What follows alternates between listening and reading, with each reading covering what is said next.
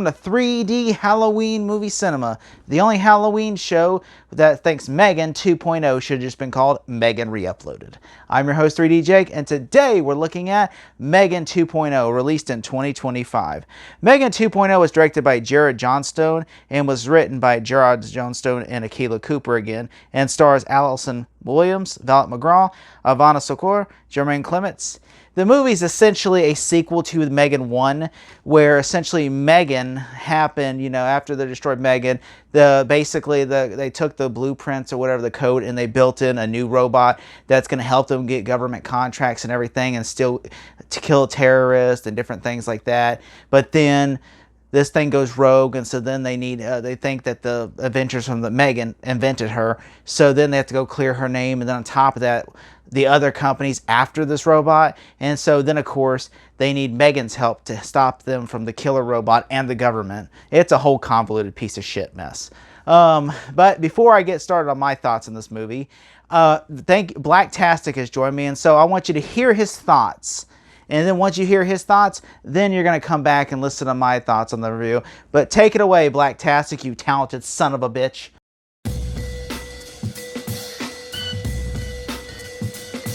Yo, what's up? Just got done watching Megan 2.0. I never seen it until today. I have a series on my channel called I'm a Pass, and this movie was on my list earlier this summer. There was no way I was going to the cinema and spending any type of money to go see this funky joint. So I had no intentions on ever watching this movie. The homie hit me up and said, yo, man, will you please be part of my spooky season special? I'm going to have people do reviews. I'm like, sure. He gave me a list of films. I was like, damn. Well, I'm going to pick Megan 2.0 only because I seen the first one in theaters. So what I did, I don't have Peacock. I have Amazon, so you could rent the movies. I rented the first Megan again so I can check it out. I watched about 10 minutes of it and I turned it off. I'm like, yeah, I remember. I'm good. So I rented 2.0 for like $3 and like 79 cents. Okay, cheaper than going to the cinema, right?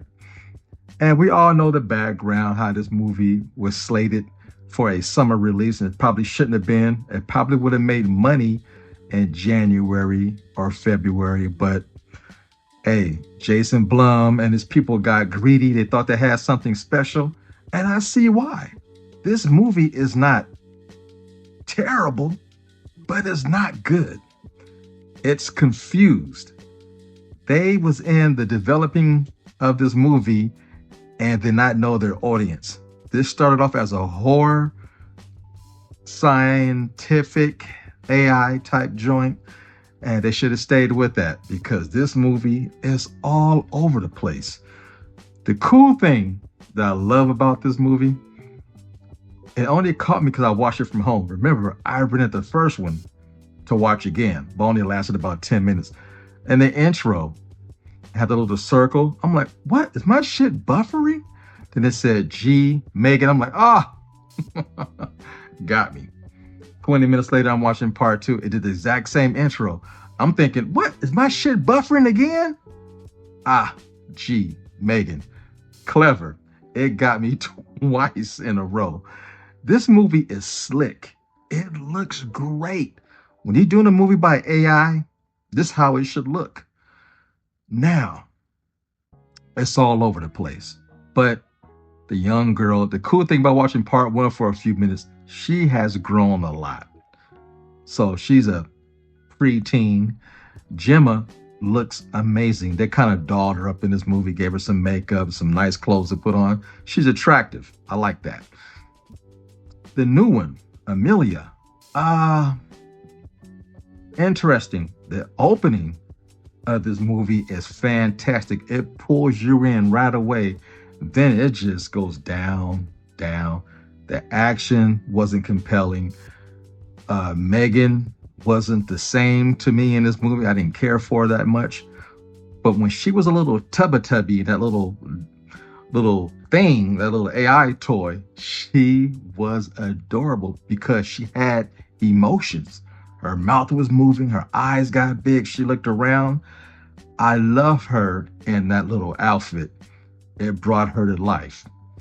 Then she got into her regular body. They sexualized her. One-liners. I'm like, I see the comparison to Terminator and Terminator 2, not because of the action, because of the tone. A sci-fi horror film. Now you're a sci-fi action, not even a thriller. It was just, she's dancing at a club, and I'm like, ah, man, this is not cool.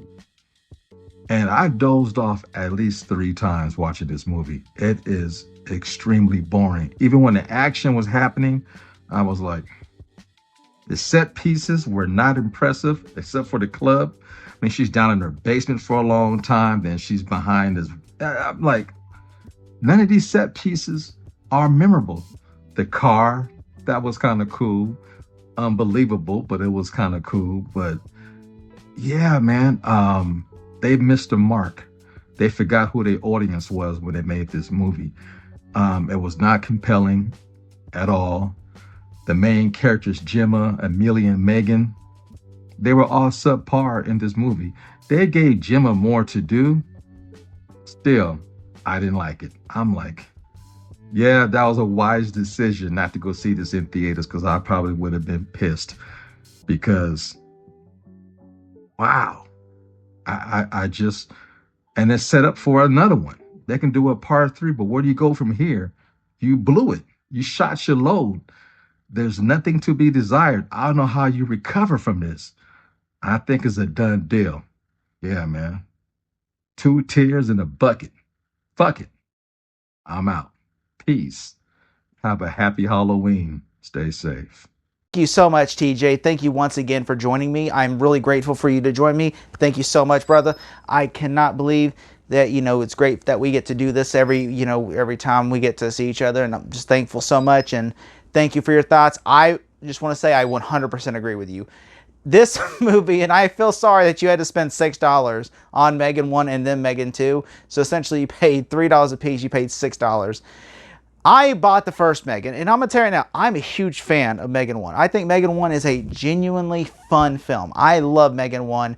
I think it's a fun movie. I actually was like, everybody was like, oh, it's a meme movie. And I'm like, you know what? I agree. Okay, it is a meme movie, but I actually thought it was a genuine, decent film. And I honestly was like, oh, Megan 2.0. I'm like, all right, they're making a sequel. I mean, this could be the next Child's Play, because, I mean, Chucky's kind of gone to TV now and direct to video. He's not really. The last Child's Play movie was in 2019. So I was like, they absolutely could make this the female version of Chucky. Okay, I'm like, all right, I'm on board, And these are like cheap to make, and on top of that, it's PG-13. So, I mean, you can get teenagers in the audience. I'm like, and then just do an unrated version when it hits home video. So I'm like, yeah, this is like a win-win. And then, of course, they had to go in and make it stupid. They had to just ruin it because they got the success of Megan 1 went into their head. I agree 100% with Blacktastic. Jason Blum, I think you are a unique businessman, okay? I see a lot of your movies. I think you're unique. Dude, sometimes you got to realize, oh, fuck. Oh, that scared me. Sometimes you got to realize, man, you can't let the business go to your head, man, because sometimes you have these ideas, and I feel like sometimes you're just listening to the internet too much, because I have noticed Jason Blum has sometimes, likes to be the face of his company. And look, I get it. It's fun to read comments and stuff, and it's come to think of great ideas. And look, I don't know if it was your idea to make Megan 2 an action comedy, or if it was, like the writers. There are rumors out there that, that the original writer, Kayla Cooper, had an idea about making it containing the horror aspect. And then, then of course, someone from the studio was like, no, let's make it an action comedy. Let's go more ridiculous.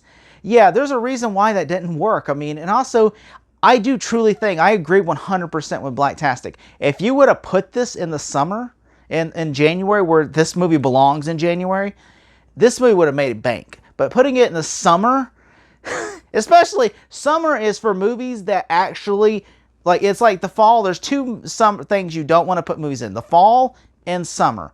Summer is usually for movies that are big popcorn movies. This, and then there's falls for Oscar movies, and now apparently like the big, and then movies that are like Star Wars and sometimes popcorn movies as well. Megan is not a popcorn movie. Megan is a shitty movie that belongs in a Walmart bin. Megan, that is the type of genre Megan belongs in. Although I think Megan 1 is a good movie, Megan 2 is a shitty pile of garbage that belongs in the Walmart bin.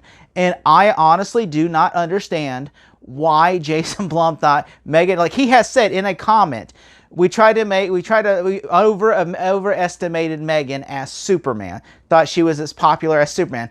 That right there, you had one movie. It wasn't like you had like 16 fucking or 70 fucking years of movie. You had 1 year of movie. That is literally what you had. You did not have 100 years of movies.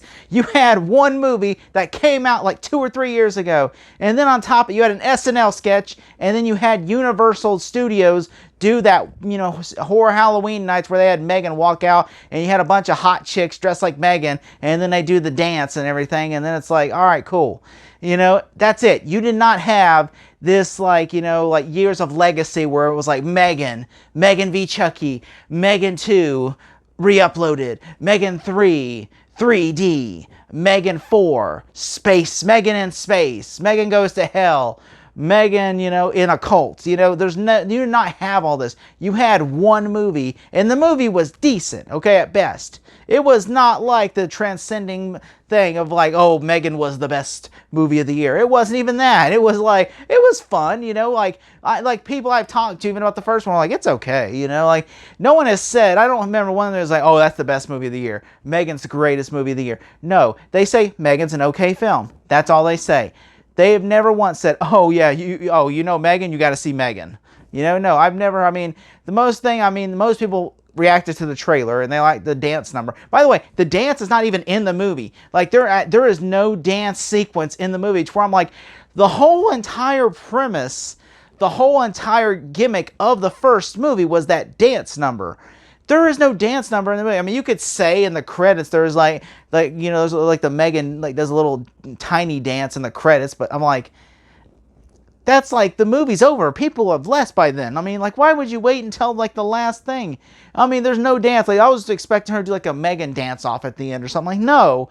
There is no dance number in the movie. I was thinking, oh, they're going to do the Walk the Night Away again. Because I actually thought that was great. Now it actually made me excited for Megan 2. And then I heard how god-awful it was. And then it just feels like, I was telling somebody, it felt like a shitty Mission Impossible movie with an Austin Powers movie that's also shitty. Then Rick and Morty sprinkled over it.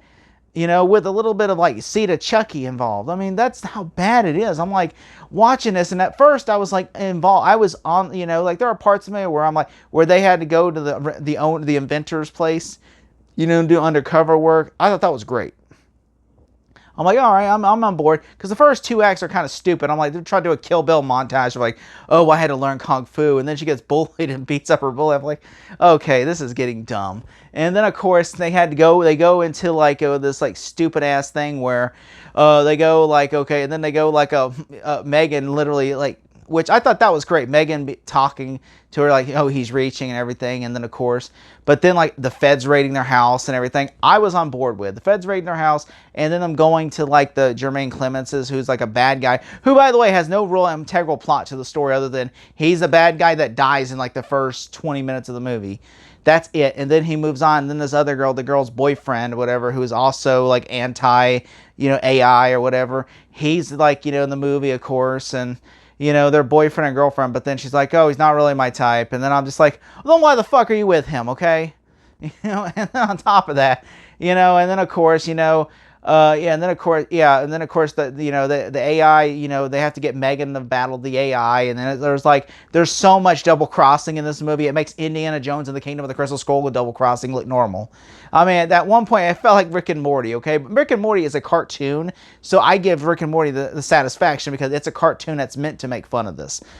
This is not a cartoon or Rick and Morty. There's that one scene where it's like, oh, Megan might have double-crossed us, but good thing I got this. And then someone goes, well, good thing I got... And then it's like, but then, yeah, I double-crossed you. And then later on, it's like, well, good thing I did this. And I'm just like, what is this, a parody? Like, it's just like everybody's like...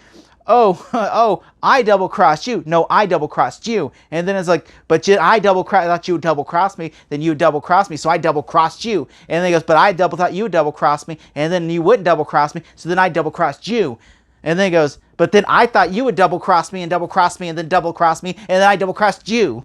That's how the logic in this movie works. To where I'm just like, I don't understand what the fuck, who is on whose team anymore.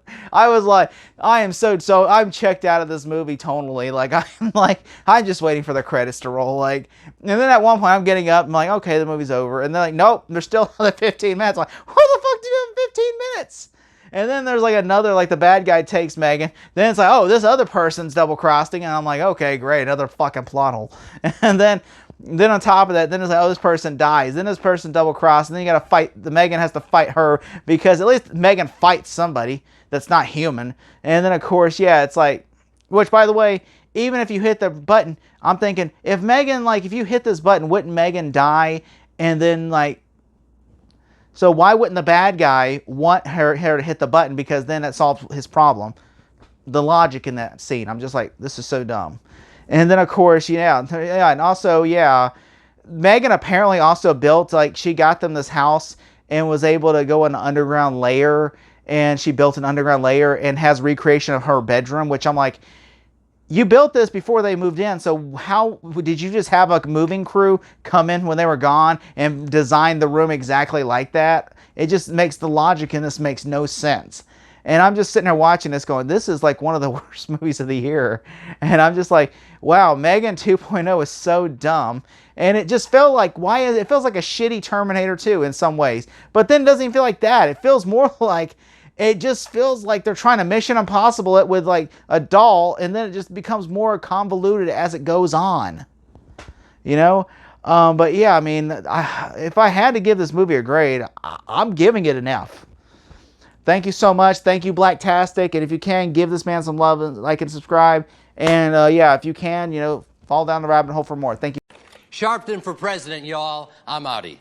Jesse Jackson for VP.